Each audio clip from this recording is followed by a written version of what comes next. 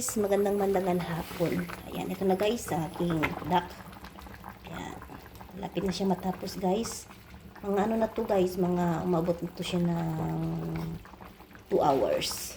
So, additional 1 hour ulit guys. Kababago ko lang to binaliktad. So, gaya ng sinabi ko guys, itong nakikita nyo guys na may kasama to mga kuko, may kasamang leeg. Hindi ko siya pwede putulan guys kasi bukas ilalagay ko guys sa dasal. Dasal to kay Lolo guys. At ito naman isa guys na kalahati sa labas naman guys. Dasal ng Panginoon. Ito kay Lolo sa mga batayan guys. Yan. Dito lang guys ang pagluluto guys. Pinakita ko na guys yung mga ingredient na yan.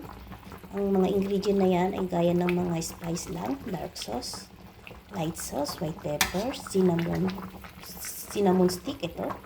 Cinnamon stick. Yan.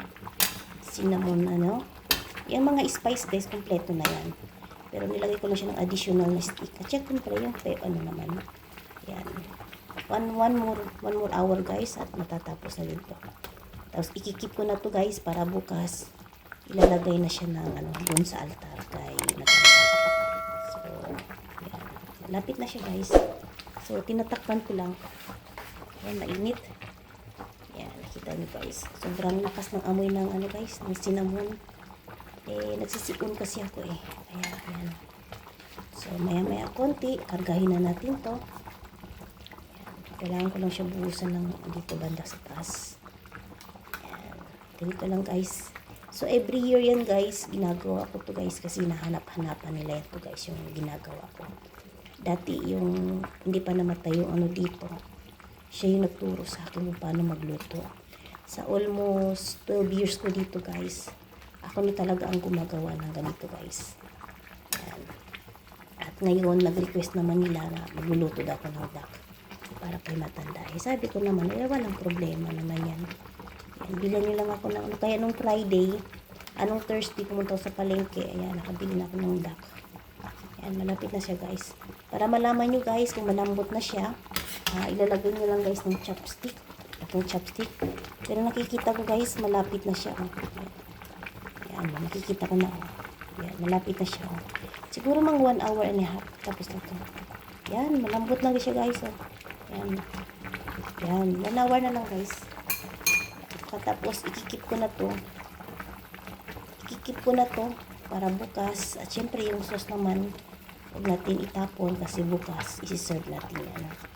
So, nakita nyo naman kung paano magluto. So, ganito lang. Mamaya, ipakita ko sa inyo. Pero hindi ako kumakain ng duck guys.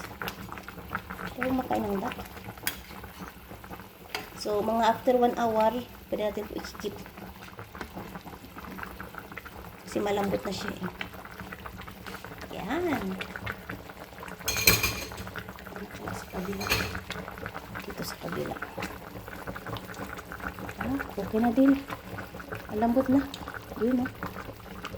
Yun So, takpan ko lang siya guys. Additional ulit ng 30 minutes. Yan. Thank you so much guys. Hello guys. Ito na pala guys yung aking duck ngayon. Ayan. Katatapos ko lang guys. Kita nyo guys yung sauce niya guys. Sobrang dark. Ayan. Bukas ko na yan guys hihiwain. At syempre, ito yung pinakamalaki guys. Dasal ng mga guys. Dasal ng mga relative na mayapa guys. Ayan, katatapos na din yan guys. At ito naman yung ating pangalawa. Doon naman yan sa labas. Sa Panginoon naman yan guys. Yan yung kalahati na pinakita ko kanina sa inyo. O, kita nyo naman, di ba? Yan, ganito lang ang pagluluto ng duck. Ayan, para sa dasal yan guys. O, di ba? Yung sauce niya guys, hindi ko tinapon yan kasi gagamitin nila yan sa usawan. Pag hiniwa ko na yan lahat-lahat. So, ganito lang guys ang pagluluto. Yan, kita nyo naman. O, diba? So, naka-preferred na po ako. Isang menu para bukas. So, bukas na lang ang magluluto na lang ako guys. Steamed chicken, fried fish, tofu, at saka yung vegetable nila ng paborito na patay. Yung patay guys, yan guys, parang seed yan. Yan, para sa atin, binibikas natin yung patay. Yun? Alam niya na, patay na Diba? Seed yun guys, parang beans siya. Tapos ihalo natin yung dry prawn. So, maraming salamat guys sa suporta. Ito na guys, aking kalalabasan ng aking duck na may kasamang dark sauce at cinnamon stick. At syempre, ano yan guys, pinaligo ko yan guys sa, sa spice. So, maraming salamat and God bless everyone.